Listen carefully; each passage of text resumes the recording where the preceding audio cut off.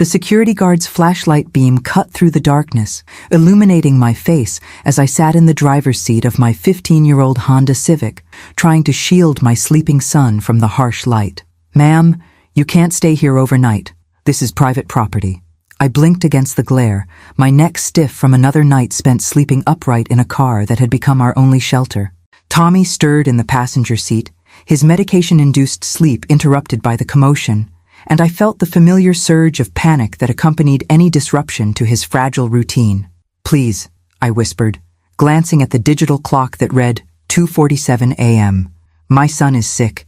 We just need a few more hours." The security guard's expression softened slightly as he took in Tommy's pale face, the medical bracelet on his thin wrist, the prescription bottles organized in the center console like a mobile pharmacy. At 14, my son looked younger, the neurological condition that required constant medication having stunted his growth and left him dependent on treatments we could no longer afford. "Look, lady, I'm sorry about your situation, but I've got my orders. The shopping center's been having problems with people camping out here, and management is cracking down." I nodded, understanding that his kindness had limits defined by his paycheck. "Could you give us 20 minutes? Just to let him wake up slowly? Sudden movements sometimes trigger his seizures." The guard hesitated, his flashlight beam wavering. 20 minutes, but then you need to move along." As his footsteps faded across the empty parking lot, I leaned my head against the steering wheel and tried to calculate how much gas we had left, where we could go next, whether the bottle of Tommy's anti-seizure medication would last until I could scrape together money for the next refill. 3 years ago, I had been Sarah Mitchell, head nurse at Mitchell General Hospital, the medical facility my family had owned for 4 generations. I had been respected in my profession, financially stable, living in the house where I'd grown up with Tommy in his own room, his medical needs managed by the best specialists money could buy. Now I was Sarah Mitchell, former nurse whose license had been revoked after being accused of stealing narcotics. Sarah Mitchell, the sister who'd been cut out of the family business and left to watch from the outside as her brothers sold the hospital for $50 million. Sarah Mitchell, homeless mother living in her car with a sick child, working whatever jobs would hire someone with her record. "Mom?" Tommy's voice was groggy, confused. "Are we moving again?" "Just adjusting our parking spot, sweetheart. Go back to sleep." But Tommy was already reaching for his inhaler, the stress of being awakened triggering the respiratory issues that accompanied his condition. I helped him with the medication, counting the remaining doses and trying not to think about what would happen when this inhaler ran out like the others. "I'm thirsty," he said, his voice still thick with sleep. I handed him the water bottle from my purse, watching him drink carefully, rationing each sip like the precious resource it had become. The days when Tommy could drink as much water as he wanted, eat whatever food appealed to him, take medication without me calculating the cost per pill, those days felt like someone else's life. "Mom, tell me about the hospital again." About when we lived in the house. Tommy had been 11 when everything collapsed, old enough to remember our old life, but young enough to need the comfort of familiar stories. I'd told him about Mitchell General Hospital so many times that the memories had become worn smooth like stones in a river, comforting in their repetition. "Your great-great-grandfather built that hospital in 1923, I began, starting the car and driving slowly out of the shopping center parking lot. He wanted to make sure people in our town had access to good medical care, no matter how much money they had. And we lived in the big house with the blue shutters. That's right. You had your own room with the space-themed wallpaper you picked out yourself. And there was a garden where you used to help me plant tomatoes every spring." I didn't tell him about the nights when I walked past our old house, now owned by strangers, and saw lights in the windows of rooms where we used to live. I didn't tell him about watching Marcus and David drive past in their new luxury cars, funded by the hospital sale that should have included my share. I didn't tell him about the medical bills that continued to arrive for his treatments, bills that my brothers could have covered with pocket change from their windfall. Why did Uncle Marcus and Uncle David say you stole medicine? It was the question Tommy asked most often, the one I still couldn't answer without feeling the weight of betrayal settle in my chest like a stone. Sometimes people make mistakes about what they think they saw. Sometimes they believe things that aren't true. But you never stole anything. No, sweetheart. I never stole anything. What I didn't tell my 14-year-old son was that his uncles hadn't made a mistake. They had deliberately, systematically destroyed my reputation and my livelihood to eliminate me from the hospital sale. They had planted evidence, bribed witnesses, and manipulated medical records to make it appear that I had been stealing morphine to sell on the street. The irony was that I had been the one pushing for the family business to stay in the family, arguing against the sale that Marcus and David wanted so desperately. If they had simply outvoted me, they could have proceeded legally.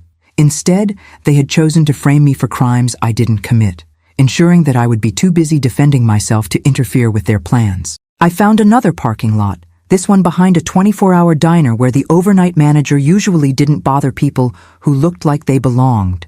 Tommy fell asleep again quickly, his medication making him drowsy, and I sat watching the empty highway and thinking about the path that had led us here.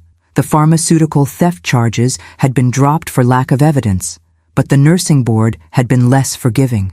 The mere accusation of drug diversion was enough to trigger an investigation that destroyed my career even without a conviction.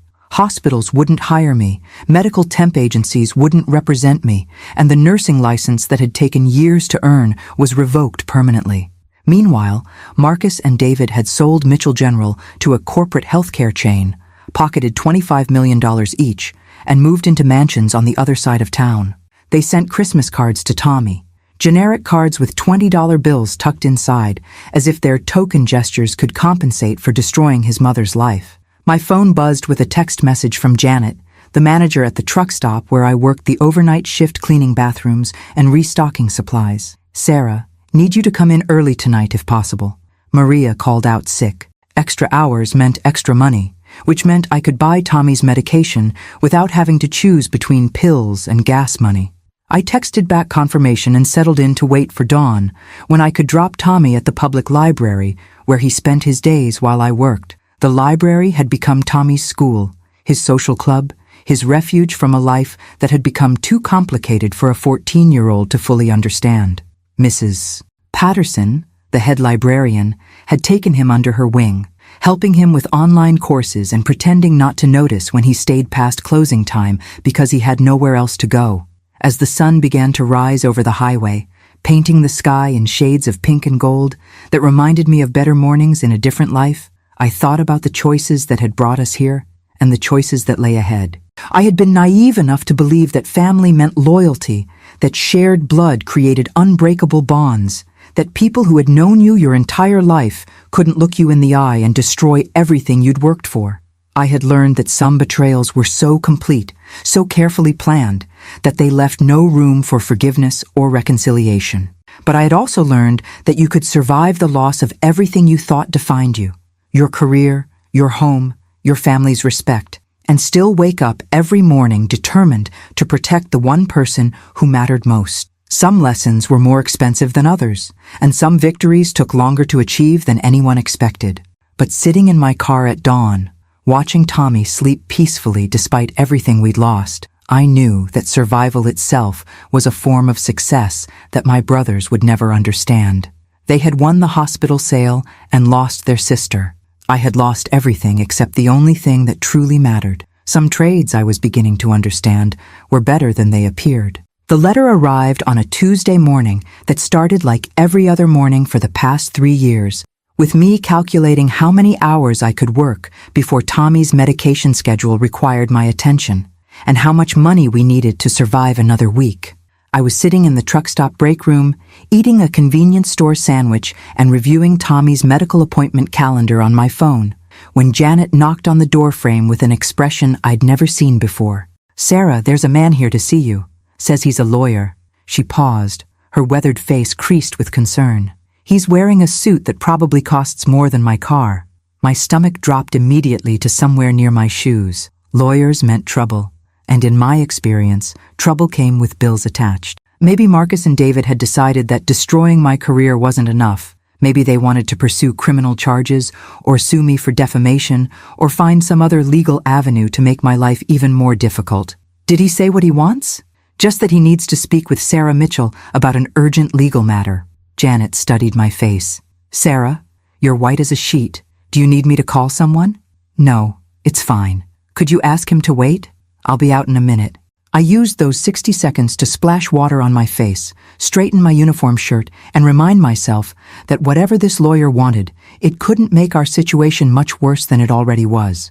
We were already homeless, already broke, already living on the margins of society. Rock bottom, I'd learned, had its advantages. There wasn't much farther to fall. The lawyer was exactly as Janet had described. Expensive suit, polished shoes, briefcase that probably cost more than I made in 3 months. But his expression was kind rather than predatory, and he stood when I entered the truck stop lobby as if I were someone worthy of respect rather than a broke former nurse in a stained uniform. Ms. Mitchell, I'm Jonathan Hayes from Hayes, Williams & Associates. Thank you for taking the time to speak with me. I have to warn you, Mr. Hayes, if you're here about money owed to someone, you're going to be disappointed. I don't have any assets worth pursuing. He smiled, a genuine expression that reached his eyes. Ms. Mitchell, I'm not here to collect anything from you. I'm here because my client, Robert Wellington III, recently passed away, and he left specific instructions regarding you in his will. Robert Wellington III. The name was familiar in the way that wealthy people's names are familiar. You see them in newspaper business sections, on hospital wings, attached to charitable foundations. But I couldn't place any personal connection to someone of his stature. I'm sorry, but I think there's been a mistake. I don't know any Robert Wellington. Actually, you do. 10 years ago, you were the head nurse at Mitchell General Hospital when Mr. Wellington was brought to the emergency room in cardiac arrest. According to his medical records, you worked for 18 consecutive hours to stabilize him, refusing to leave his bedside even when other medical staff suggested the case was hopeless. The memory hit me like a physical blow. Robert Wellington, not the billionaire, just the 73-year-old man whose heart had stopped beating in the ambulance, whose family had gathered in the waiting room, expecting to plan a funeral instead of a recovery. I remembered the marathon medical battle, the delicate balance of medications, the moment when his vital signs finally stabilized after what felt like an eternity of uncertainty. I remember him. But Mr. Hayes, I was just doing my job. Any nurse would have. According to Mr. Wellington's personal notes, any nurse would not have done what you did. Most would have followed protocol and prepared the family for the worst. You went beyond protocol, beyond standard care, beyond what anyone expected or required. I thought about that night, about the decision to ignore the statistics that suggested Robert Wellington was too far gone to save, about the 18 hours I'd spent adjusting medications and monitoring vitals because something told me he could still be pulled back from the edge. Mr. Wellington never forgot what you did for him, Jonathan Hayes continued. He spent the last 10 years of his life in good health because of your dedication that night. And Ms. Mitchell, he spent some of that time investigating what happened to you after he learned about your situation. My situation? The pharmaceutical theft allegations, the loss of your nursing license, your brother's acquisition of the hospital sale proceeds. His voice was careful, professional. Mr.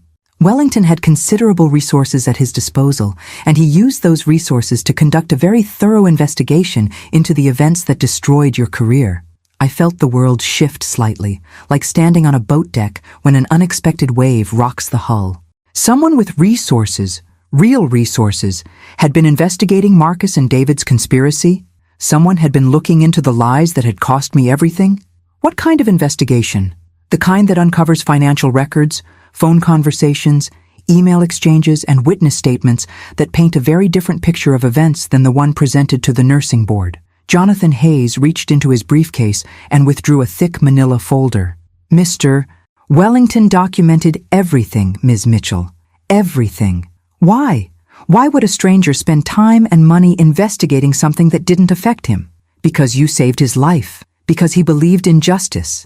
And because, according to his personal letters, he recognized in you the kind of character that deserved protection rather than persecution. Jonathan Hayes placed the folder on the table between us, his expression growing more serious. Ms. Mitchell, I need to inform you that Mr. Wellington passed away 3 weeks ago from complications related to pneumonia. His funeral was attended by business leaders, politicians, and philanthropists from around the world.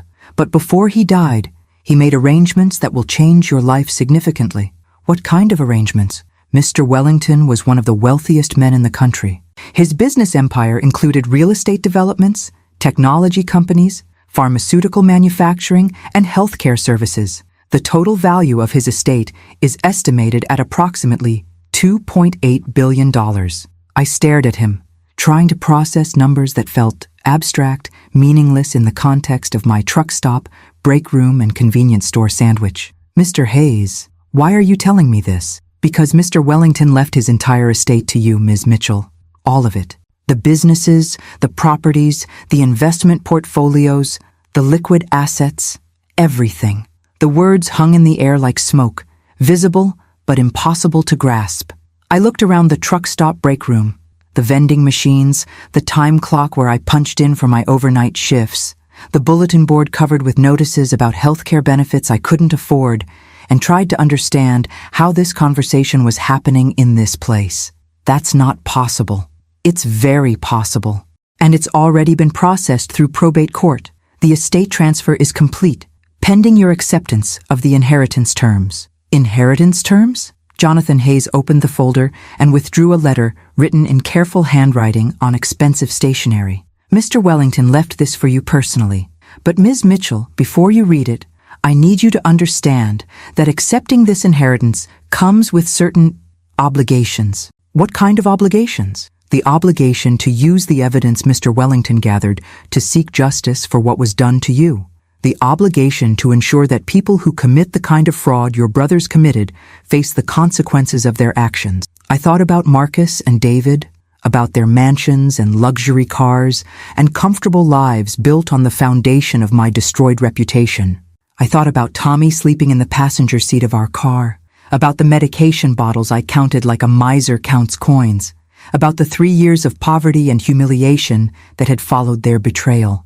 Mr. Hayes, what exactly did Mr. Wellington's investigation uncover? Evidence of criminal conspiracy, fraud, witness tampering, and evidence fabrication. Enough to support federal charges against both of your brothers. He paused, studying my expression. Enough to clear your name completely and restore your nursing license. And if I accept the inheritance? Then you become one of the wealthiest women in America, and you gain access to the legal resources necessary to ensure that justice is finally served. I looked at the letter in my hands, at the handwriting of a man who'd remembered a debt of gratitude for 10 years, who'd spent his final decade investigating an injustice against someone who'd saved his life. Mr. Hayes, I need to ask you something.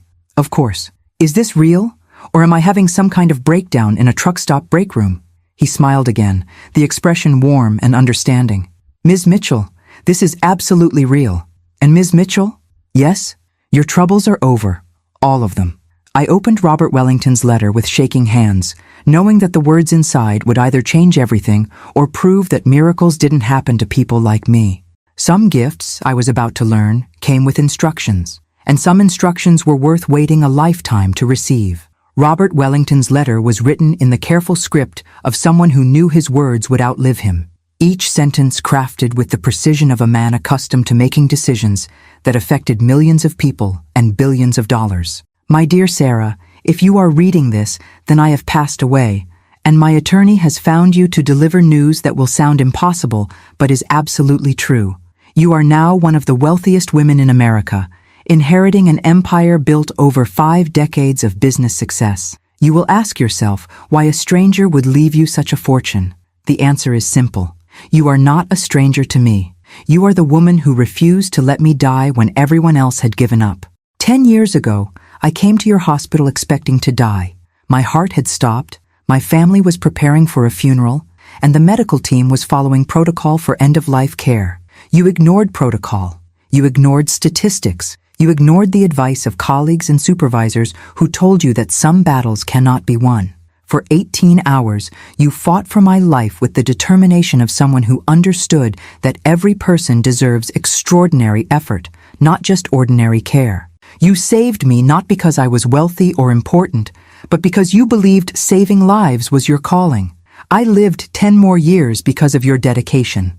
I saw my grandchildren graduate college, walked my daughter down the aisle at her second wedding, built schools in underserved communities, and experienced joys I would have missed if you had followed standard medical procedure. Those 10 years were a gift from you to me.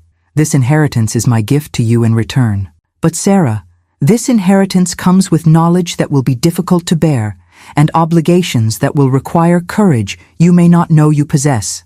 I know what your brothers did to you.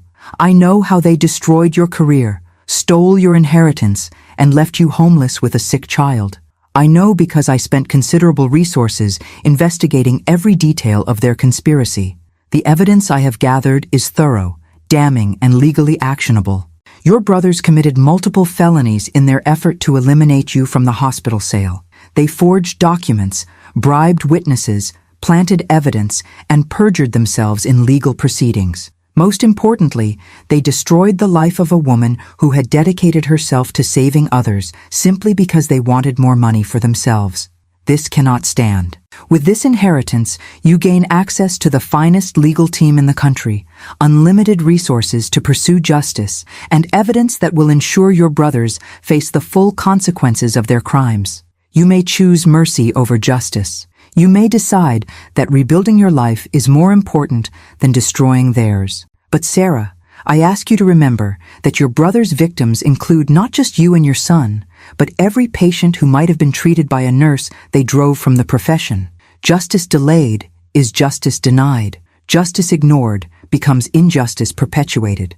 Use this inheritance to build the life you and your son deserve. But also use it to ensure that people who commit the crimes your brothers committed understand that wealth and family connections cannot protect them from consequences. The legal files are extensive, detailed, and unassailable. Your attorney will explain the criminal charges that can be filed, the civil lawsuits that can be pursued, and the timeline for ensuring that your brothers spend the next decade defending themselves in court rather than enjoying their ill-gotten wealth. Sarah, you saved my life when you had nothing to gain and everything to lose by refusing to give up. Now I ask you to save your own life by refusing to let injustice stand unchallenged. With deepest gratitude and respect, Robert Wellington III. P.S. Your son Tommy's medical needs can now be addressed by the finest specialists in the world. The Children's Hospital in your new foundation portfolio includes a world-renowned neurological treatment center. Tommy will receive the care he needs, and you will never again have to choose between his medication and your next meal. Some debts can only be repaid by paying them forward. Make sure the world is a more just place than the one you inherited. I read the letter 3 times, each reading making the reality more concrete and more surreal. 3 years of living in poverty, of rationing Tommy's medication, of working overnight shifts at truck stops for minimum wage, all of it ending with a handwritten note from a dead billionaire who'd remembered a debt of gratitude for a decade. Jonathan Hayes watched me process the information with the patience of someone accustomed to delivering life-changing news. When I finally looked up from the letter, he was ready with documents, explanations, and the practical details of inheriting a business empire.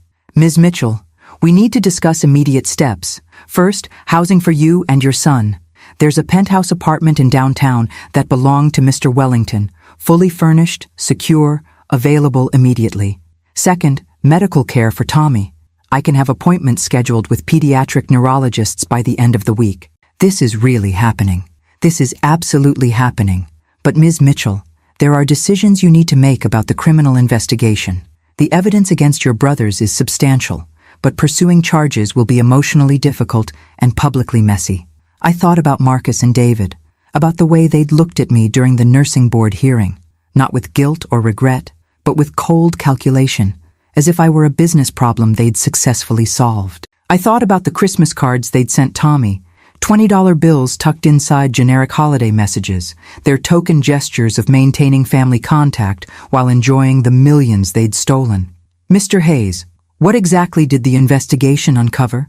Recorded phone conversations between your brothers, discussing how to frame you for drug theft, bank records showing payments to hospital employees who provided false testimony, email exchanges detailing their plan to eliminate you from the hospital sale, document analysis proving that evidence was planted in your personal belongings. They recorded their own conversations? Your brother Marcus apparently kept detailed records of the conspiracy, thinking documentation would protect him if David ever tried to implicate him in wrongdoing.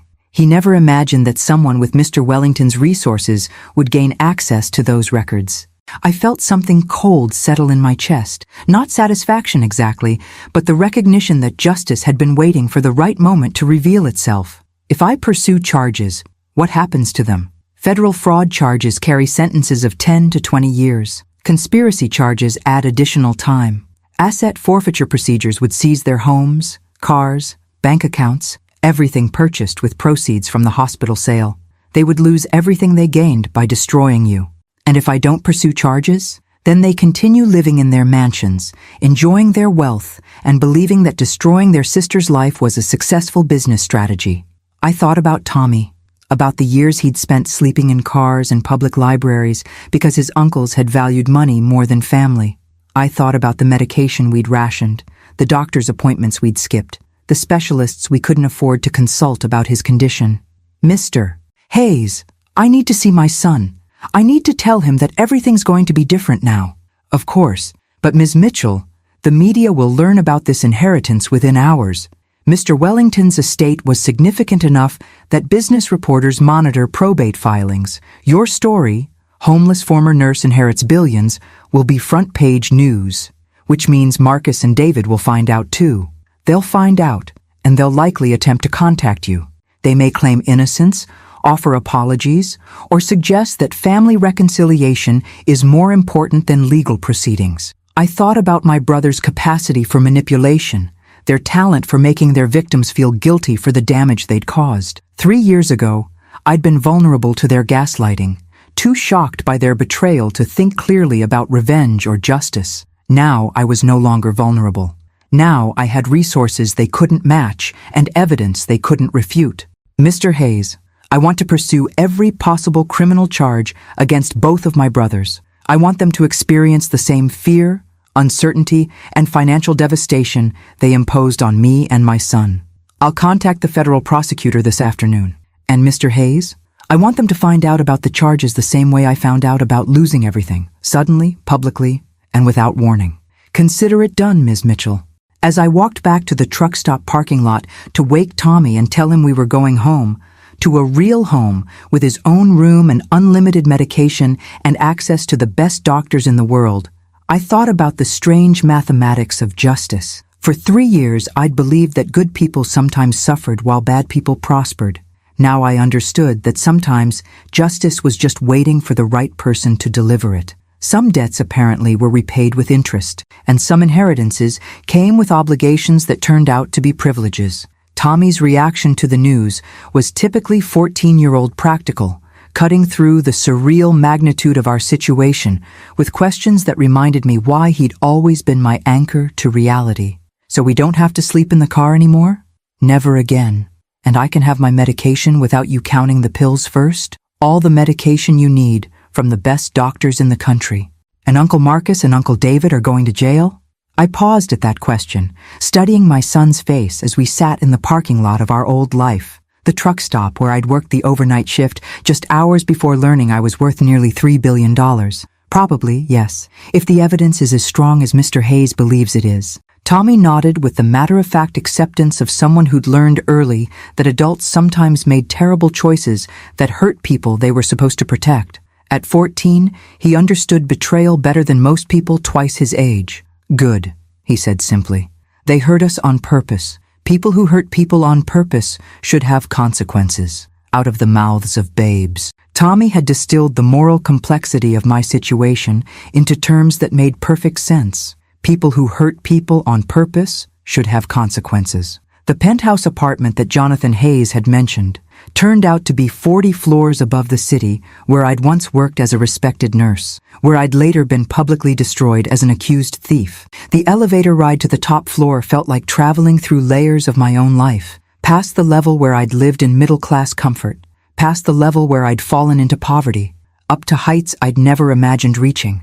Tommy pressed his face against the floor-to-ceiling windows, looking down at the city spread below us like a circuit board of lights and possibilities. Mom, is this really ours? This is really ours. The apartment was furnished with the kind of understated luxury that whispered wealth rather than shouting it. Comfortable furniture that had clearly been chosen for quality rather than flash. Artwork that looked original but not ostentatious. A kitchen stocked with food that didn't come from convenience stores. But the most remarkable feature of our new home wasn't the marble countertops or the designer furniture. It was Tommy's room, a space clearly designed for a teenage boy, complete with a computer, gaming system, and bookshelves filled with novels about adventure and discovery. Robert Wellington had planned for Tommy's comfort with the thoroughness of someone who understood that saving a mother's life meant caring for her child as well. "There's something else," I told Tommy as he explored his new room. "Mr. Hayes has arranged for you to see a neurologist next week. Dr. Patricia Yamamoto at Children's Medical Center. She's supposed to be one of the best pediatric neurologists in the country." Tommy turned from the window where he'd been watching the sunset paint the city in shades of gold and possibility. "Will she be able to help with the seizures?" "I don't know, sweetheart, but we're going to find out. And Tommy? Whatever she recommends, whatever treatments might help, we can afford them now, all of them."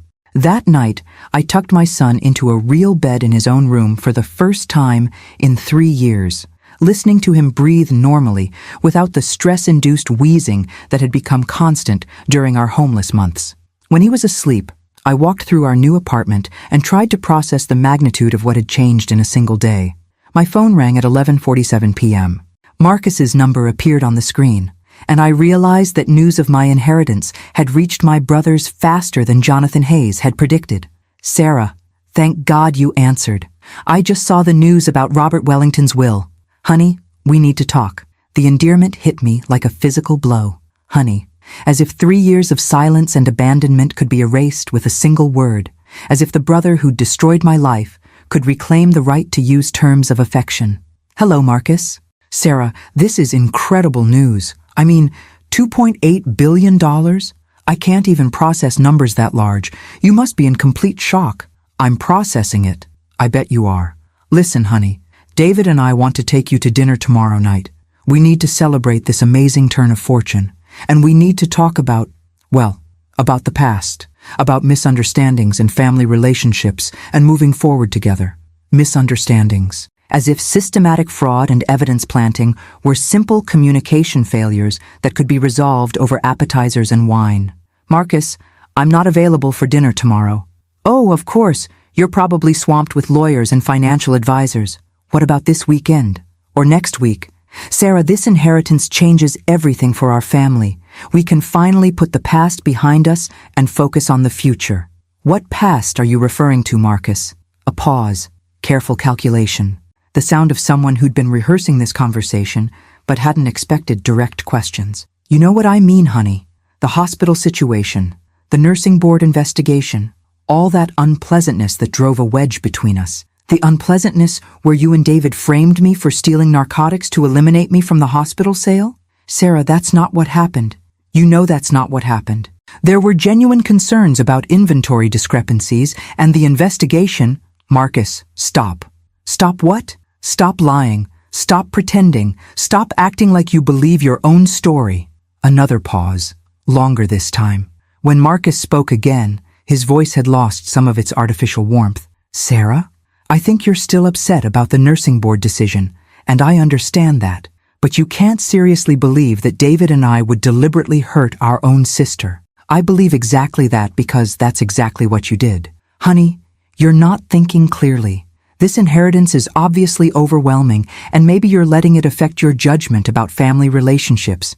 Why don't you take some time to process everything, and then we'll sit down together and work through these feelings." Feelings. As if my accurate understanding of their criminal conspiracy was an emotional problem rather than a factual assessment. "Marcus, let me explain something to you. Mr. Wellington left me more than money. He left me evidence, recorded conversations, financial records, witness statements. He left me proof of everything you and David did to destroy my life." The silence that followed stretched long enough that I thought he'd hung up. When he finally spoke, his voice was different, harder, more calculating, stripped of the fake warmth he'd been using. "Sarah, I don't know what you think you have, but you need to be very careful about making accusations you can't prove. False allegations can have serious legal consequences." "Can they? Like the legal consequences of framing your sister for pharmaceutical theft?" "I'm going to pretend you didn't say that. But Sarah, if you're thinking about pursuing some kind of legal action, based on whatever misinformation this Wellington guy collected, you should consider the impact on Tommy. Do you really want to drag your son through a public legal battle that will hurt the whole family?" There it was, the threat disguised as concern, the manipulation wrapped in fake worry about Tommy's welfare. Marcus was already trying to use my love for my son as a weapon against me, just like he'd used my vulnerability as a single mother to make his theft accusations seem credible. Marcus, I want you to listen very carefully to what I'm about to tell you. I'm listening. Tomorrow morning, federal agents will be contacting you and David about criminal charges related to fraud, conspiracy, witness tampering, and evidence fabrication. The charges will be followed by asset forfeiture procedures to seize everything you bought with money stolen from the hospital sale. You can't be serious. I'm completely serious. You destroyed my life for money, Marcus. Now you're going to discover what that actually costs. Sarah, your family. We're family. You can't do this to your own brothers. You did it to your own sister first. I hung up the phone and stood in my new living room, looking out at the city lights and thinking about family loyalty, criminal justice, and the difference between forgiveness and accountability. Some relationships, I was learning, didn't survive the discovery of what people were really capable of doing to each other, and some justice was worth waiting 3 years to deliver. Tomorrow, my brothers would wake up to discover that destroying their sister's life had consequences they'd never anticipated. Tonight, I would sleep in a real bed for the first time in 3 years, knowing that my son was safe in his own room, and that justice was finally coming for the people who thought family connections made them untouchable. Some inheritances, I realized, included the power to balance scales that had been tipped in the wrong direction for far too long. The knock on my door came at 6:22 a.m., sharp and official in the way that only federal agents managed to achieve. Through the penthouse's security monitor, I watched 2 men in dark suits show their badges to the doorman, their expressions carrying the focused intensity of people conducting serious business at an unseemly hour. I wasn't their target. I was their key witness. Ms. Mitchell, I'm Agent Rodriguez. This is Agent Thompson, FBI Financial Crimes Division. We'd like to discuss the Wellington investigation with you.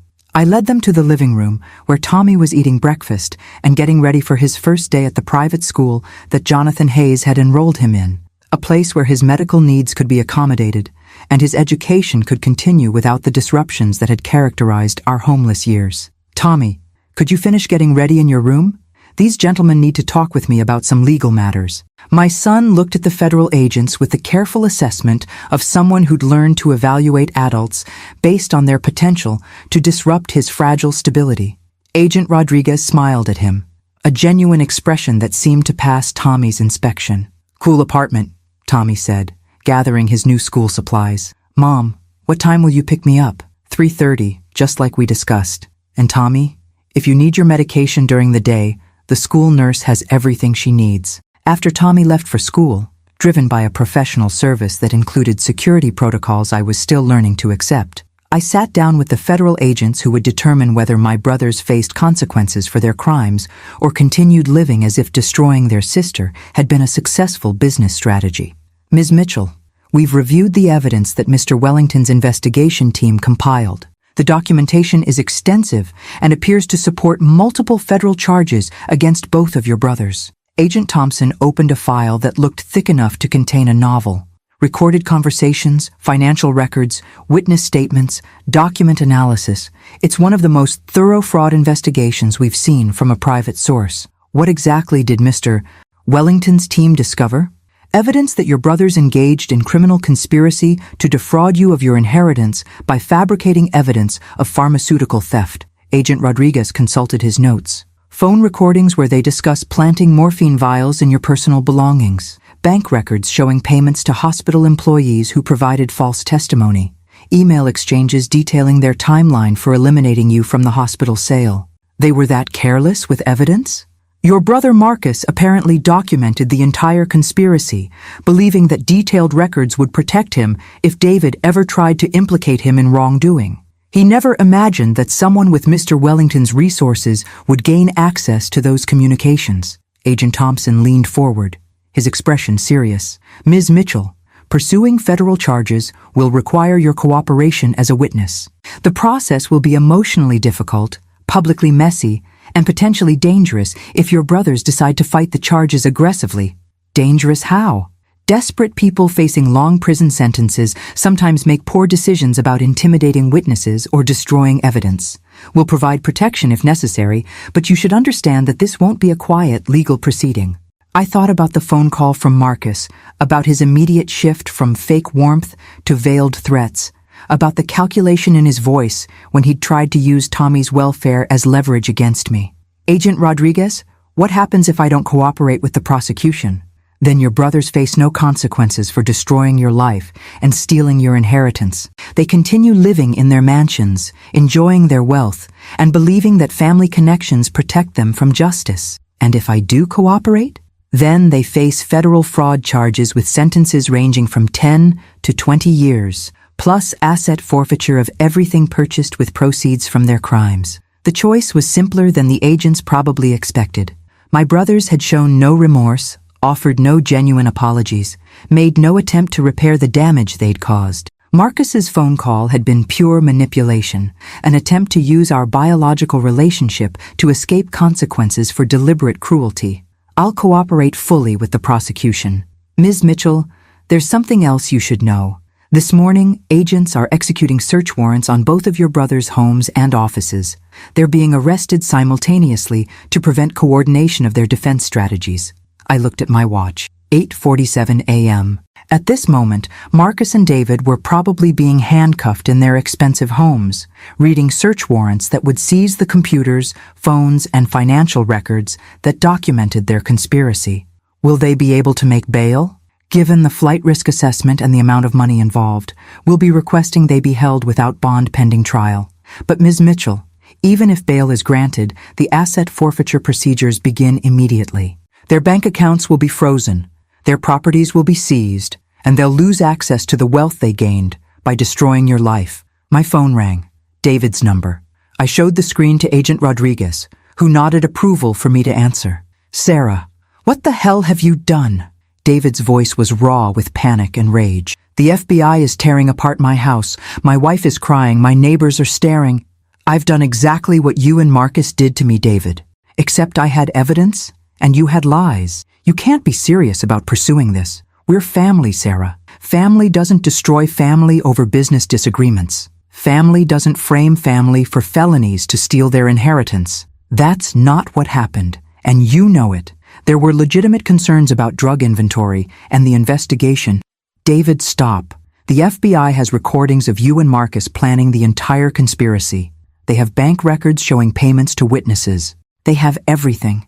A pause. The sound of someone processing the collapse of everything they thought they'd built their life on. Sarah, listen to me. Whatever you think you know, whatever evidence you think you have, this will hurt Tommy too. Do you want your son to watch his uncles go to prison? Do you want him to grow up knowing his mother destroyed his family? The same manipulation Marcus had attempted, the same effort to use my love for Tommy as a weapon against my pursuit of justice. But David's version carried an edge of desperation that suggested he was beginning to understand the magnitude of what he was facing. David, Tommy understands the difference between family and people who share your DNA. Real family doesn't abandon a sick child because they've eliminated his mother from their business deals. You're making a mistake that will haunt you for the rest of your life. No, David.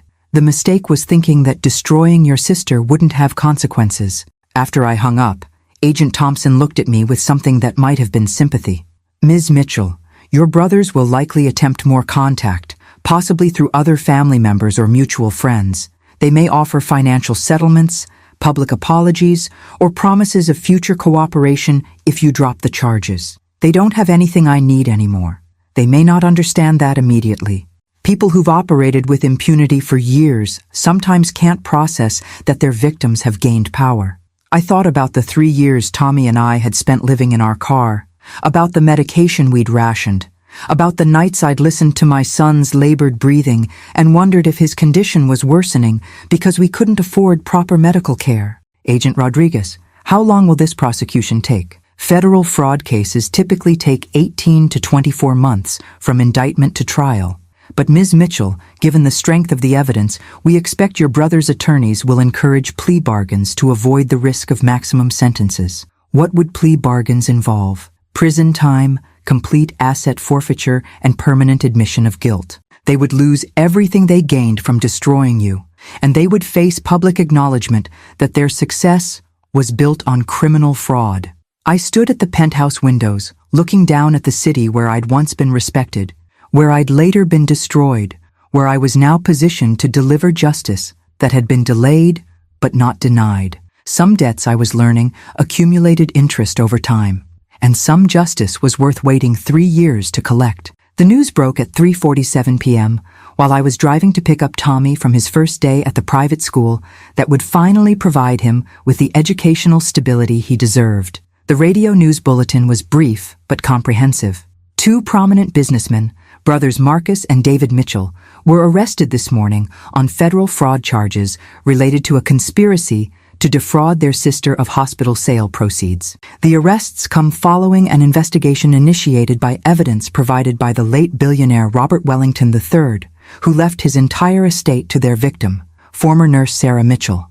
By the time I reached Tommy's school, my phone had received 47 calls from reporters, distant relatives, former colleagues, and people I hadn't heard from in years who were suddenly interested in reconnecting now that I was worth nearly $3 billion. "How was your first day?" I asked Tommy as he settled into our new car, a modest sedan that Jonathan Hayes had insisted was more practical than the luxury vehicles that came with my inheritance. "Good. The teachers actually know about my medical condition, and they have protocols for handling seizures if they happen during class." Tommy buckled his seatbelt and studied my face with the perceptive attention he'd developed during our difficult years. "Mom, you look different. Like something big happened today. Uncle Marcus and Uncle David were arrested this morning." Tommy was quiet for several moments, processing this information with the careful thought that characterized his approach to important news. "Are you sad about it?" The question surprised me with its directness, but Tommy had learned to cut through adult complications to reach essential emotional truths. "No, sweetheart, I'm not sad. I'm relieved, I think. Like something that was broken is finally being fixed." "Good. They deserve to get in trouble for what they did to us." When we returned to the penthouse, Jonathan Hayes was waiting in the lobby with news that would complicate the already surreal trajectory of our day. "Ms. Mitchell, we need to discuss a development regarding your brother's legal situation. They've retained criminal defense attorneys, and those attorneys have requested a meeting to discuss potential plea negotiations." "Already?" "Their lawyers reviewed the evidence this afternoon and advised immediate settlement discussions rather than fighting charges they cannot win. Ms. Mitchell, they want to make a deal." We rode the elevator to our apartment in silence, Tommy immediately disappearing into his room to start homework assignments that were academically challenging rather than just busy work designed to keep him occupied. For the first time in 3 years, my son was being treated like an intelligent young person with potential rather than a problem to be managed. "What kind of deal are they proposing?" I asked Jonathan once we were settled in the living room that still felt too elegant to belong to people who'd been homeless a week ago. "Complete confession to all charges, surrender of all assets purchased with hospital sale proceeds, 10 years in federal prison for each brother, and a public apology acknowledging the fraud they committed against you." In exchange for what? Avoiding federal trial and the possibility of 20-year sentences. "Ms. Mitchell, their attorneys are recommending acceptance because the evidence against them is overwhelming and incontrovertible." I thought about Marcus and David, about the way they'd looked at me during the nursing board hearing. Cold, calculating, confident that they'd successfully eliminated a problem. They'd shown no remorse then, offered no apologies during the 3 years that followed, made no attempt to help Tommy and me when we were living in our car. "Jonathan, if they accept this plea deal, do they admit guilt publicly?" "Yes. Complete public acknowledgement of the conspiracy, the evidence fabrication, the witness tampering, everything. Their confession would be entered into court records and reported by every media outlet that's been covering this story." "And the 10-year sentences?" "Federal minimum security facilities, but prison nonetheless. They would lose their medical licenses, their business licenses, their ability to practice in any healthcare-related field. They would emerge from prison at ages 70 and 68 respectively, with no assets and no professional prospects." I walked to the windows that had become my thinking space, looking down at the city that held so many different versions of my life: the successful nurse, the destroyed accused thief, the homeless mother, And now the billionaire seeking justice. Jonathan, what happens to their families, their wives, their children? Their immediate families weren't involved in the conspiracy, so they retain whatever personal assets existed before the hospital sale. But the lifestyle funded by fraudulent proceeds, the mansions, the luxury cars, the country club memberships, all of that disappears. So their families become innocent victims of their choices. Yes, which is often the most difficult aspect of white-collar criminal prosecution.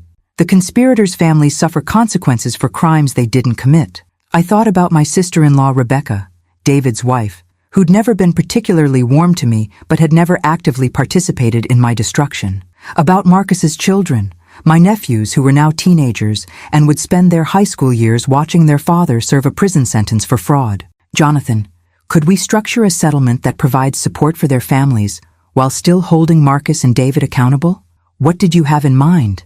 What if we establish education funds for their children, modest living allowances for their wives, enough to ensure they don't lose their homes or their stability, but funded separately from any plea agreement? Jonathan studied my face with the expression of someone trying to understand motivations that seemed inconsistent with seeking maximum punishment. Ms. Mitchell, that's remarkably generous considering what your brothers did to you and Tommy. It's not generous. It's strategic. I want Marcus and David to face full consequences for their choices, but I don't want their children to pay the price for their parents' crimes.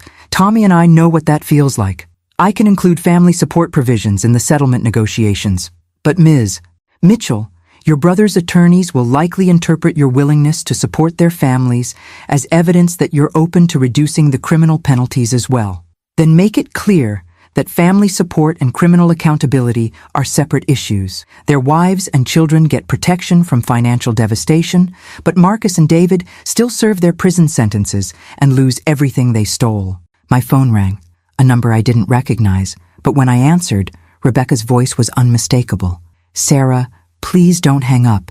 I know you have every right to hate our family, but I need to talk to you about the children. Rebecca, I don't hate your family. I hate what David and Marcus did to mine. The attorneys are saying David could go to prison for 10 years. Sarah, my kids are 15 and 17. They're going to spend their senior year in high school watching their father serve a federal prison sentence. Rebecca, their father spent 3 years watching his nephew live in a car because his medical needs were too expensive for his homeless mother to afford. I know. God, Sarah, I know. And I'm not calling to ask you to drop the charges or reduce the sentences. What David did was unforgivable. Rebecca's voice was shaking with emotion that sounded genuine rather than manipulative. I'm calling to ask if you'll let me help Tommy somehow. Let me do something to make up for the years we didn't help when we should have. Tommy doesn't need help anymore, Rebecca. He has access to the best medical care in the country and educational opportunities that will let him reach his full potential. Then let me help you. Let me testify at their trial about what I witnessed, about the conversations I overheard, about the things they said about you when they thought no one was paying attention. I felt something unexpected. Not forgiveness exactly, but recognition that some people had been passive bystanders to injustice rather than active participants. Rebecca, what did you witness? David bragging about how easy it was to fool the nursing board investigators. Marcus joking about Sarah the drug dealer getting what she deserved. Conversations about how much money they saved by eliminating your share of the hospital sale. Her voice was getting stronger, more determined. Sarah, I should have spoken up then. I should have done something to stop them. I was a coward, and I'm ashamed of that. Why are you willing to testify against your own husband?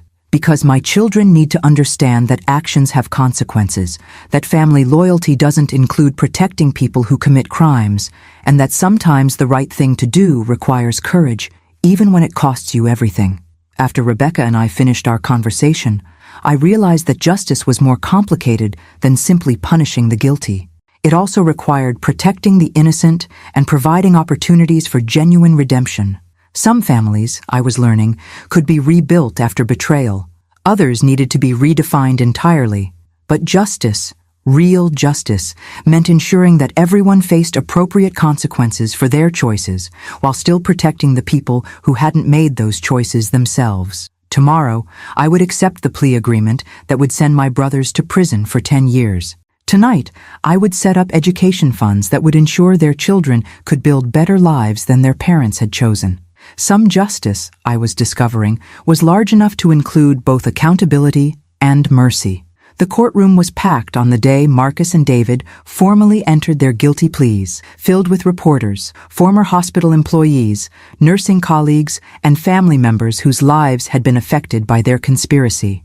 I sat in the front row with Tommy, watching my brothers stand before a federal judge to confess to crimes they'd spent 3 years denying.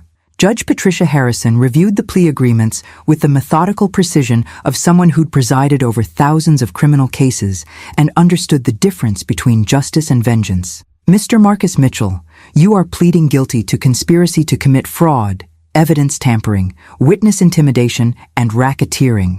Do you understand that this plea carries a mandatory 10-year federal prison sentence? Yes, Your Honor. And you acknowledge that your actions caused financial and emotional damages to your sister Sarah Mitchell and her minor son, including loss of professional license, homelessness, and inability to afford medical care for a child with chronic health conditions? Marcus's voice was barely audible. Yes, Your Honor. Mr. David Mitchell, you are entering identical guilty pleas with identical acknowledgments? Yes, Your Honor. Judge Harrison consulted the victim impact statements that Tommy and I had submitted, documents that detailed not just our financial losses, but the human cost of 3 years living in poverty because of their deliberate fraud. Before I accept these pleas, I want to address the court about the nature of the crimes committed here. These defendants didn't steal from strangers or corporations. They systematically destroyed the life of their own sister, a healthcare professional who had dedicated her career to saving lives in order to increase their personal wealth from a business sale. The judge's words carried weight in the silent courtroom, and I saw several reporters taking detailed notes about her comments. They fabricated evidence, bribed witnesses, and perjured themselves in legal proceedings to eliminate their sister from receiving her rightful inheritance. As a result of their conspiracy, Ms. Sarah Mitchell lost her nursing license, her home, her financial security, and her ability to provide adequate medical care for her disabled son. The court finds these crimes particularly egregious because they involved the deliberate betrayal of family relationships and trust. The defendants used their victim's love for her son as a vulnerability to be exploited, knowing that a single mother with medical bills would be desperate enough to appear guilty of pharmaceutical theft. Judge Harrison looked directly at Marcus and David, her expression stern but not vindictive. The plea agreements include complete asset forfeiture of all property and investments purchased with proceeds from the fraudulent hospital sale. Both defendants will surrender their medical licenses, their business assets, and their ability to work in any healthcare-related field following their release from federal prison.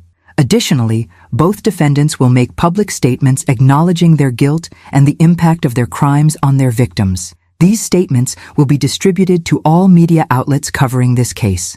The asset forfeiture portion of the sentencing was comprehensive and devastating. Marcus and David would lose their mansions, luxury cars, investment portfolios, and country club memberships. They would begin their prison sentences immediately and emerge 10 years later with no money, no professional prospects, and permanent felony records that would affect the rest of their lives. But perhaps more importantly, they would serve those 10 years knowing that their victim had used their stolen inheritance to build something extraordinary.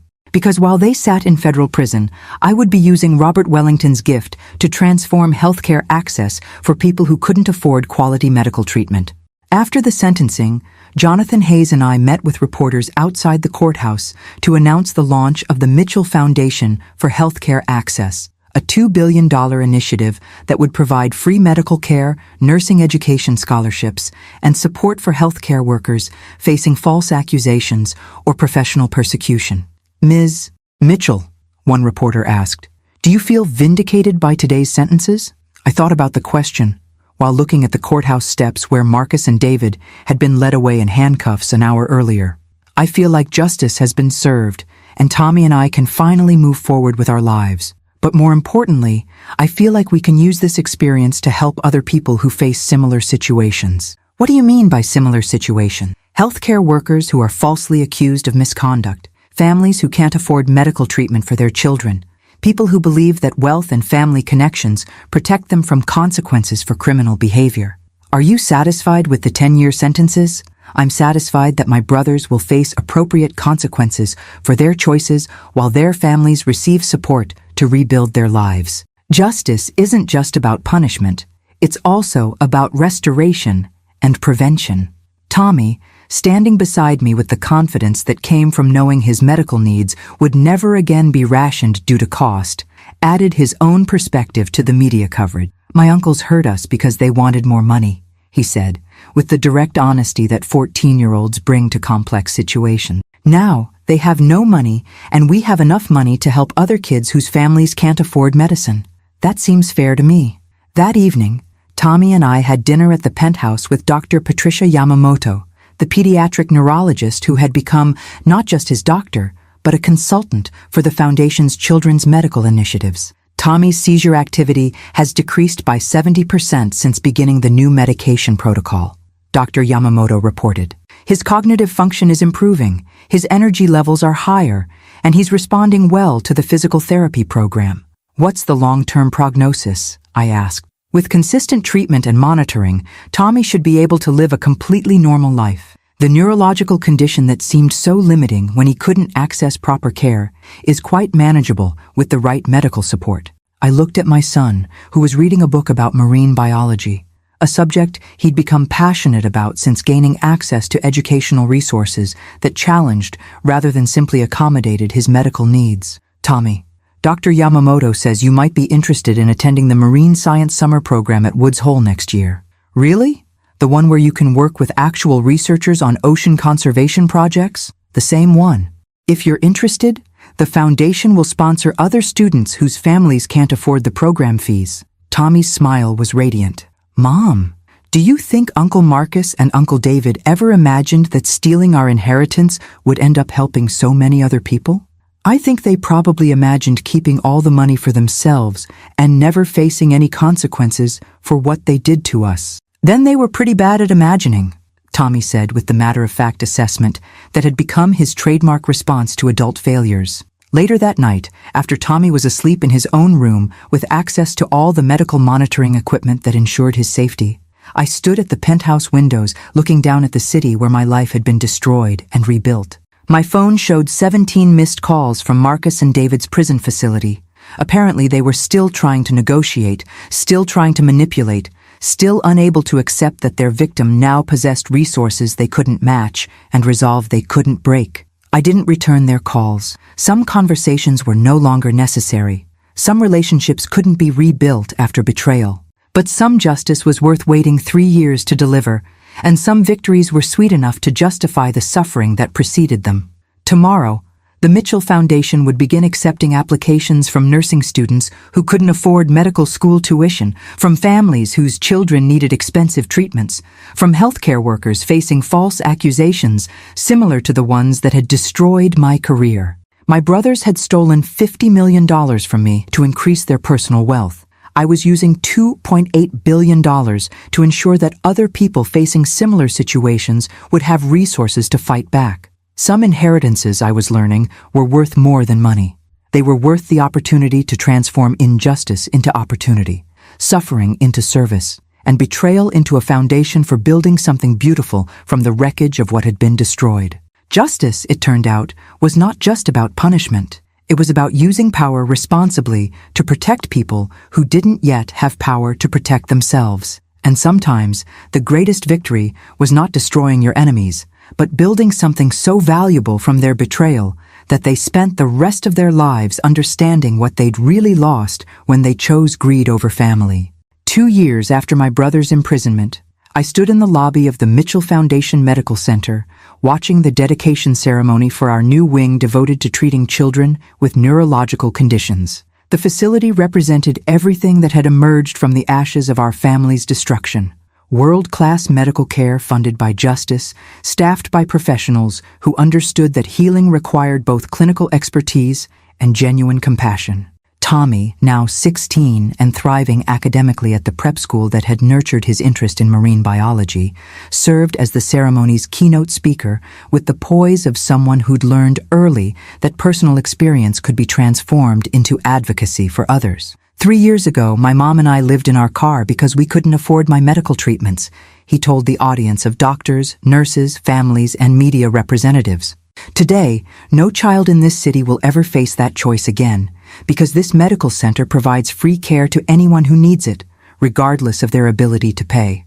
The applause was sustained and heartfelt, but I found myself thinking about the letter I'd received that morning from Marcus, his first communication since beginning his prison sentence that wasn't an attempt to negotiate or manipulate. Sarah, I watched the news coverage of Tommy's speech at the medical center dedication, and I need to tell you something I should have said 3 years ago. I'm proud of what you've built, and I'm ashamed of what I destroyed. Prison has given me time to understand the magnitude of what David and I did to you and Tommy. We didn't just steal money.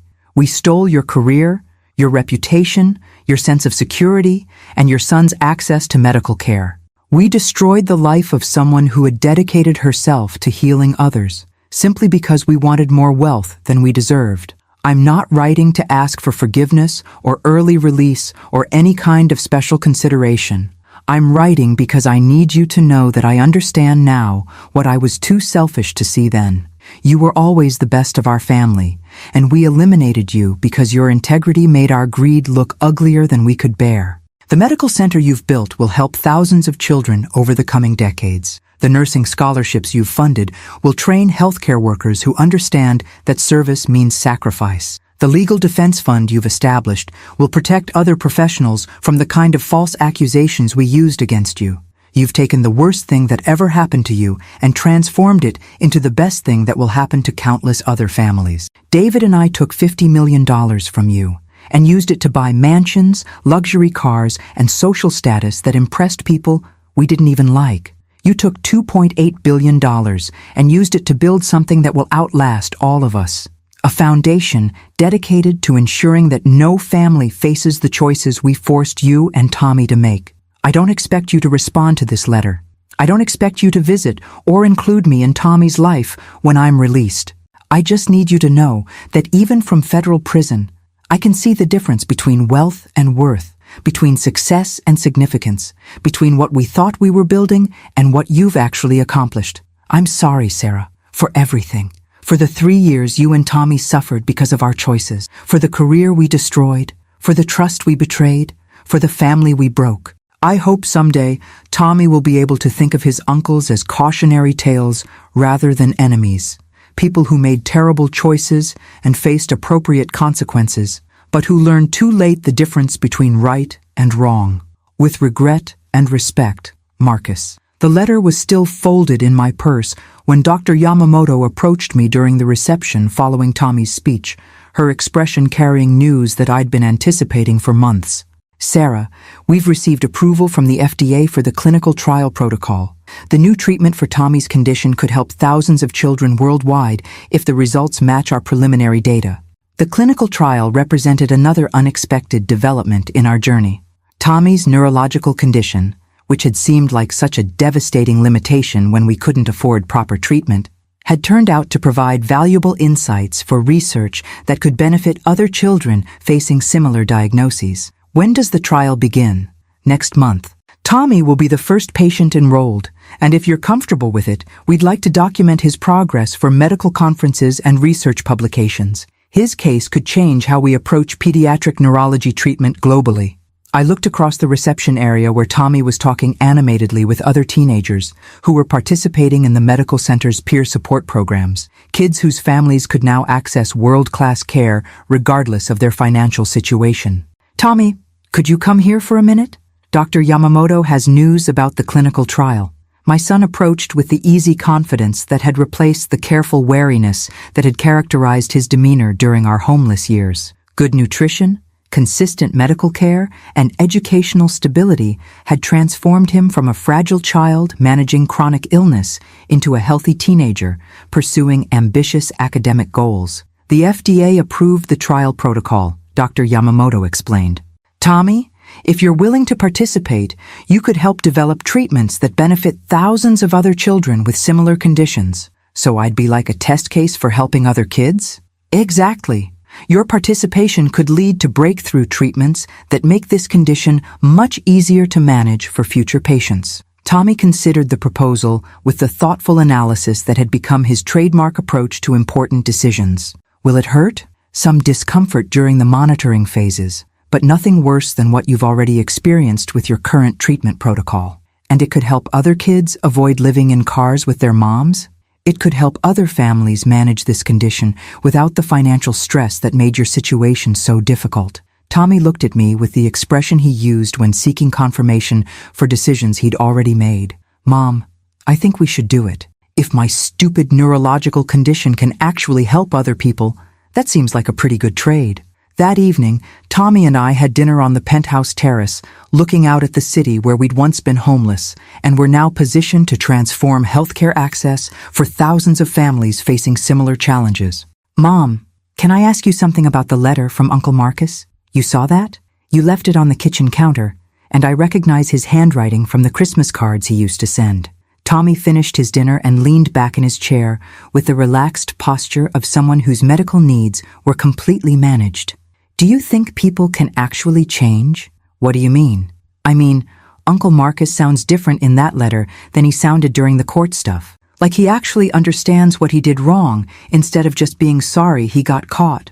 I thought about Marcus's letter, about the difference between strategic apologies designed to reduce consequences and genuine remorse that acknowledge the full scope of damage caused by deliberate choices. I think some people can learn from their mistakes, but only after they've faced real consequences for their actions. Prison has a way of clarifying priorities that wealth and privilege can obscure. Are you going to write back to him? I don't know. What do you think I should do? Tommy was quiet for several minutes, processing the complexity of forgiveness, justice, and family relationships with the wisdom that had developed through experiencing the worst and best of human behavior. I think you should do whatever feels right to you, but you shouldn't feel bad about not forgiving people who hurt us on purpose. Some things are too broken to fix, even if people are sorry about breaking them. And if Uncle Marcus really has changed, if his regret is genuine, then he can live with being genuinely sorry, and that will be part of his consequence for making terrible choices. But Mom, his feelings about what he did aren't more important than our safety and happiness. I looked at my 16-year-old son, marveling at the emotional intelligence that had emerged from surviving injustice and discovering that survival could be transformed into service for others facing similar struggles. Tommy, when did you become so wise? When I learned that bad things happening to you doesn't make you a victim forever. Sometimes bad things just teach you how to recognize good things when they finally show up. That night, I wrote a brief response to Marcus's letter. Not forgiveness exactly, but acknowledgement that genuine remorse was better than continued denial, and that personal growth could occur even in federal prison. Some relationships, I was learning, couldn't be rebuilt after betrayal. But some justice was large enough to include the possibility of redemption, even for people who'd forfeited the right to expect it. The most important measure of our victory wasn't my brother's punishment. It was Tommy's transformation from a sick child rationing medication to a healthy teenager whose experience could help develop treatments for thousands of other children. Some inheritances, I realized, were worth more than money. They were worth the opportunity to transform suffering into service, injustice into advocacy, and personal healing into institutional change that would outlast all of us. Justice, it turned out, was not just about evening scores. It was about building something so valuable from destruction that the destruction itself became worthwhile. 5 years after Robert Wellington's death transformed our lives, I received an unexpected visitor at the Mitchell Foundation headquarters. David stood in the lobby looking older, thinner, and carrying himself with the careful humility of someone who'd learned that wealth and arrogance were privileges that could be permanently revoked. He'd been released from federal prison 6 months early for good behavior and participation in educational programs, but his appearance suggested that 5 years of incarceration had accomplished what decades of privilege had failed to provide: genuine understanding of consequences. Sarah, thank you for agreeing to see me. I know you have no obligation to give me any of your time. I led him to a small conference room adjacent to my office, noting how he looked around the foundation building with what appeared to be genuine awe rather than the calculating assessment that had characterized his pre-prison evaluation of everything around him. "The medical center is remarkable," he said, settling into a chair with the careful movements of someone still adjusting to freedom. "I've been following the news coverage of your work. The pediatric neurology program, the nursing scholarships, the legal defense fund for healthcare workers facing false accusations. David, what do you want?" "I want to tell you what I should have said 5 years ago, before federal agents arrested me in my driveway while my neighbors watched through their windows." I studied my brother's face, looking for signs of manipulation or strategic remorse, but finding instead the kind of exhaustion that comes from carrying genuine guilt for an extended period. "I'm listening. I destroyed the life of the best person in our family because I was jealous of your integrity and terrified that your moral standards would interfere with my greed." David's voice was steady but quiet, as if he'd rehearsed these words during long prison nights. "Marcus and I didn't just steal your inheritance. We eliminated you because your character made our corruption look uglier than we could tolerate." "Why now, David? Why this conversation after 5 years of silence?" "Because I'm dying." The words hung between us like a diagnosis neither of us had expected. David pulled out medical documents from the folder he'd carried into the meeting, spreading them across the conference table with the same methodical precision he'd once used for business presentations. "Pancreatic cancer, stage 4. The prison medical facility detected it during routine screening 3 months before my release. The oncologists are recommending palliative care rather than aggressive treatment."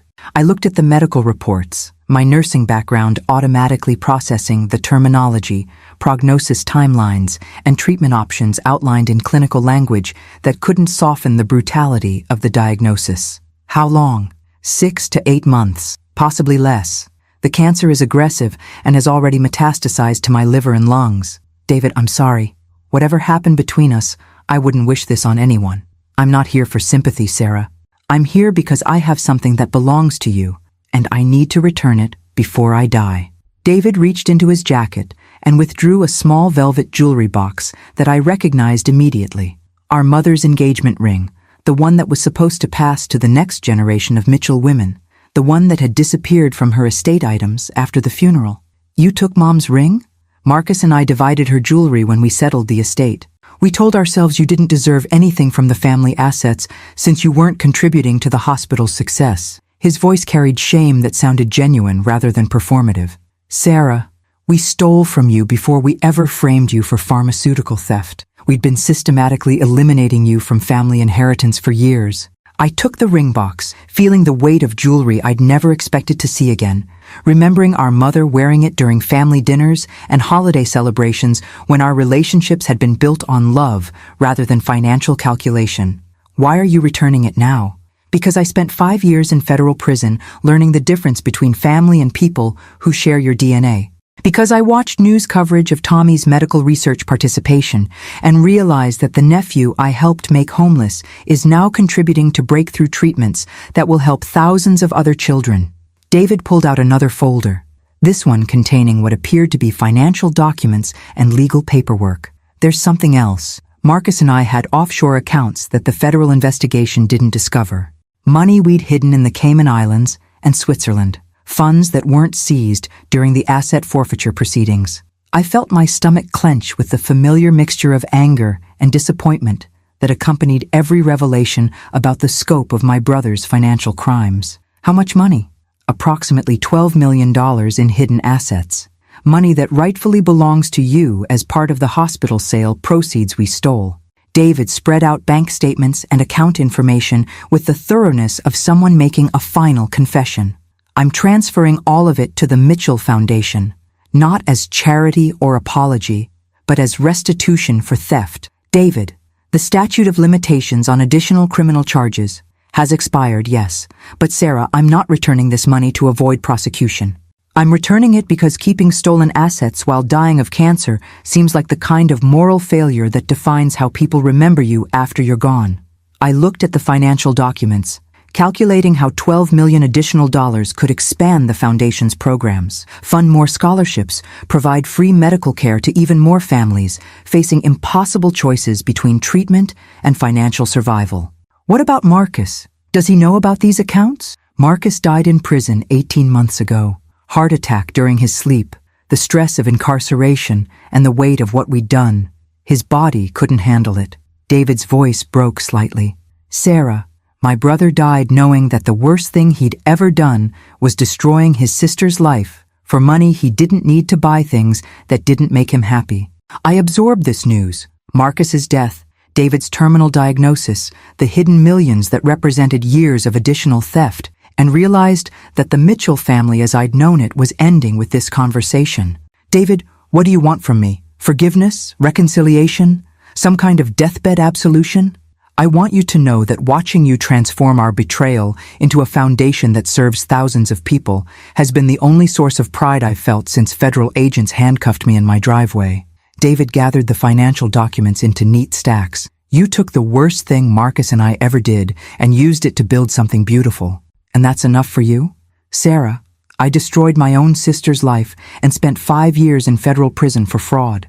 I'm dying of cancer with no family relationships, no friends, no legacy except criminal conviction and the knowledge that I caused immeasurable suffering to people I was supposed to protect. David stood slowly, preparing to leave this conference room and return to whatever remained of his life. But my sister, the sister I betrayed, has built a medical foundation that will help people for generations.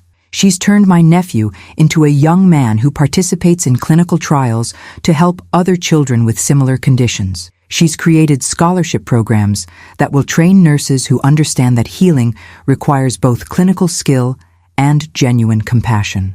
David, that's enough for me, Sarah, knowing that our family's story ends with your triumphs rather than our crimes. That's more redemption than I deserve, and more legacy than I had any right to hope for. After David left, I sat in the conference room, holding our mother's engagement ring and thinking about family, forgiveness, and the strange mathematics of justice that sometimes included mercy, even when mercy wasn't requested or expected. Tomorrow, I would deposit $12 million in hidden assets into the foundation's accounts, funding expanded programs that would help thousands more families facing medical crises. Tonight, I would call Tommy and tell him about his Uncle David's terminal diagnosis and his Uncle Marcus's death, helping my son process the end of family relationships that had been broken beyond repair but had somehow contributed to building something valuable from their destruction. Some stories, I was learning, ended not with reconciliation, but with understanding. Some justice was large enough to include both consequences and compassion. And sometimes, the greatest victory wasn't destroying your enemies. It was building something so meaningful from their betrayal that their crimes became the foundation for extraordinary service to others. David would die knowing that his theft had funded medical care for thousands of children. That wasn't forgiveness exactly. But it was a kind of redemption that neither of us had expected when this story began. 1 year later, I stood beside Tommy at David's graveside service, a small gathering of perhaps 20 people who had come to witness the end of a life defined more by its mistakes than its accomplishments. The funeral director had asked if I wanted to speak at the service, and I'd agreed, though not for the reasons most people probably expected. David Mitchell was my brother, I began. Looking out at the faces of people who had known him before federal prison transformed him from a successful businessman into someone learning the difference between wealth and worth. He was also someone who made terrible choices that hurt people he was supposed to protect and love. Tommy stood beside me with the quiet dignity that had become his trademark. Now 17, and preparing for early admission to marine biology programs at several prestigious universities. His participation in the clinical trials had led to breakthrough treatments that were already helping children around the world manage neurological conditions that had once seemed insurmountable. David spent the last year of his life trying to understand how greed had transformed him into someone who could destroy his own family for financial gain. He didn't ask for forgiveness. He knew that some actions move beyond the possibility of forgiveness into territory where the best you can hope for is understanding. I looked down at the casket that contained a man who had died, knowing that his crimes had ultimately funded medical care for thousands of children, nursing education for hundreds of students, and legal defense for healthcare workers facing false accusations. But David also spent his final months ensuring that his remaining assets were transferred to the Mitchell Foundation, bringing the total restitution to nearly $15 million. Money that had been stolen from our family is now providing free medical care to families who can't afford treatment for their children. The irony wasn't lost on anyone present. David's theft had been transformed into the largest donation in the Foundation's history. I'm not here to praise my brother or to suggest that good intentions at the end of life erase years of deliberate harm. I'm here to acknowledge that sometimes the most valuable thing people can do is face the truth about their choices and try to repair whatever damage is still repairable. After the service, Tommy and I drove to the Mitchell Foundation Medical Center, where construction crews were putting finishing touches on the new research wing that would house the pediatric neurology program that had grown out of Tommy's treatment and clinical trial participation. Mom, do you think Uncle David understood what he'd really done to us? I thought about David's final months, about the way terminal illness had stripped away the rationalizations and self-deception that had allowed him to live with the consequences of destroying his sister's life. I think dying gave him clarity that wealth and privilege had prevented him from developing earlier. But Tommy, understanding consequences and facing consequences aren't the same thing as erasing consequences. What do you mean? I mean that David's remorse was genuine, his restitution was complete, and his final actions demonstrated real understanding of the harm he'd caused. But that doesn't change the 3 years we spent homeless, or the damage to my nursing career, or the time you went without proper medical care because of his choices. Tommy nodded with the wisdom that had developed through experiencing both the worst and best of human behavior. So acknowledgement and accountability are better than denial and blame, but they don't make everything magically okay. Exactly. Justice isn't just about punishment or forgiveness. It's about truth, consequences, and ensuring that harmful actions lead to constructive outcomes whenever possible. We walked through the medical center that had been built with money stolen from us and returned through guilt and terminal illness, past examination rooms where children received free treatment, through hallways lined with photos of nursing scholarship recipients who were learning that healthcare required both clinical expertise and genuine compassion. In the pediatric wing, Dr. Yamamoto was conducting rounds with medical students who were learning about the neurological condition that had once made Tommy's life so difficult but had contributed to research breakthroughs that would benefit thousands of other children. Tommy, are you ready for the university interviews next month? I think so. Stanford, UC San Diego, and Woods Hole all have marine biology programs that focus on ocean conservation research. And Mom, they all know about the clinical trial participation and want to discuss how medical research can inform environmental science. I felt pride watching my son discuss his academic future with the confidence of someone whose potential had been recognized and nurtured rather than simply managed or accommodated. What will you tell them about how your medical condition influenced your interest in research? That experiencing something difficult taught me how research can transform problems into solutions. That watching you turn Uncle Marcus and Uncle David's betrayal into a foundation that helps other families showed me that the most important discoveries come from refusing to let bad things be the end of the story. That evening, I sat in my office reviewing applications for the newest foundation program, support services for healthcare workers facing false professional accusations, modeled after my own experience with pharmaceutical theft allegations that had destroyed my nursing career. The applications were heartbreaking and inspiring in equal measure. Nurses accused of medication errors they hadn't committed, doctors facing malpractice claims based on fabricated evidence, healthcare workers whose careers had been destroyed by institutional politics and professional jealousy. Each application represented someone whose life had been derailed by the same kind of systematic fraud that my brothers had used against me. But now, instead of facing these challenges alone, they would have access to legal representation, financial support, and advocacy services funded by the money that had been stolen from my family. My phone rang. Jonathan Hayes calling with news about the Foundation's latest initiative. Sarah, the nursing scholarship program has received applications from over 3,000 candidates this year.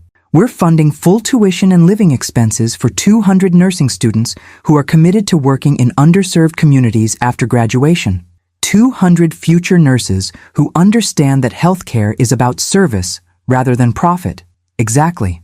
And Sarah, there's something else. Harvard Medical School wants to establish the Sarah Mitchell Chair in Medical Ethics, funded by an endowment that would support research into preventing professional fraud and protecting healthcare workers from false accusations. I thought about the path that had led from sleeping in a car with a sick child to having an endowed chair at Harvard Medical School named in my honor. Jonathan, 5 years ago, I was a homeless former nurse with a revoked license. Now Harvard wants to create an endowed chair focused on the ethical issues that destroyed my career. 5 years ago, you were someone who'd been victimized by professional fraud. Now you're someone who's transformed that experience into institutional change that will protect other healthcare workers from similar victimization. After Jonathan and I finished discussing the Harvard endowment, I walked through the penthouse that had become our home, looking at photos that chronicled Tommy's transformation from a sick child to a healthy teenager preparing for university. Pictures from medical center dedications and nursing scholarship ceremonies, images that documented how suffering had been transformed into service. In his room, Tommy was video chatting with other teenagers who'd participated in clinical trials, comparing notes about how their medical experiences had influenced their academic interests and career goals. "Mom, did you ever imagine when we were living in the car that Uncle Marcus and Uncle David's theft would end up helping so many people? Never. I thought their betrayal was just destruction, just loss, just proof that family loyalty didn't mean anything to people who valued money more than relationships. But it turned out to be the beginning of everything we built, instead of just the end of everything we lost." I looked at my son, marveling at the insight that had developed through surviving injustice and discovering that survival could be transformed into service for others facing similar struggles. "Tommy, what do you think is the most important thing you learned from everything that happened to us? That bad things happening to you doesn't make you a victim forever. That good people sometimes face terrible situations that aren't their fault, but become their responsibility to transform. That the difference between tragedy and triumph isn't what happens to you. It's what you decide to build from whatever's left after the damage is done." I kissed my son goodnight and walked to the windows that had become my thinking space, looking down at the city where my life had been destroyed and rebuilt, where Tommy's medical needs had transformed from devastating limitation to valuable research contribution. Somewhere in a federal prison 5 years ago, Marcus had died knowing that his greatest crime had become the foundation for his sister's greatest contribution to healthcare access. Somewhere in a cemetery today, David rested knowing that his theft had ultimately funded medical care for thousands of children whose families faced the same impossible choices he'd forced us to make. And somewhere in our penthouse tonight, Tommy was preparing for a university career built on research that had grown from his own medical challenges, proving that suffering could be transformed into service when approached with courage, wisdom, and resources sufficient to turn personal experience into institutional change. I discovered that the venganza más dulce wasn't destroying the people who betrayed me. It was building something so meaningful from their betrayal that their crimes became the foundation for extraordinary service to others. Some inheritances arrive as money. Others arrive as opportunities to transform injustice into advocacy, suffering into service, and personal healing into institutional change that outlasts everyone involved. The most valuable thing Robert Wellington left me wasn't $8 billion. It was the power to ensure that my brother's worst choices became the foundation for my family's greatest contributions. The end.